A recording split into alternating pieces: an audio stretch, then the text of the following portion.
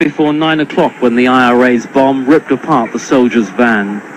They'd come to Lisbon for the town's charity fun run, and while they took part, they left their vehicle parked and unattended.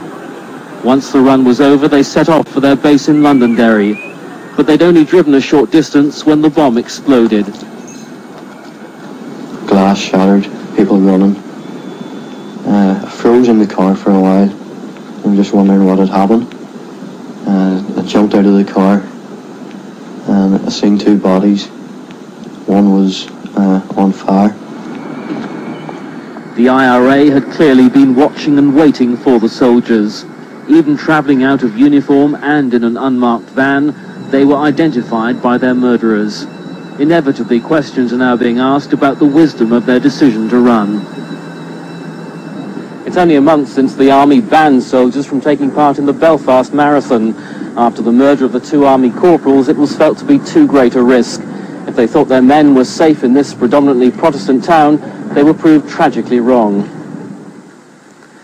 But even as the Republican movement's newspaper was proclaiming the IRA's murderous attack, 4 soldiers who'd also taken part in the run and escaped returned to Lisbon to spend a few moments at the spot where their friends had died.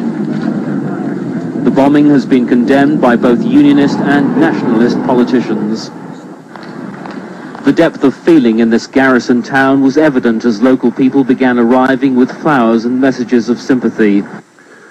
King had an hour-long meeting with the Army GOC at headquarters in Lisburn, less than a mile from the scene of last night's attack. Mr. King called it an appalling outrage which showed the evil vileness of the terrorists.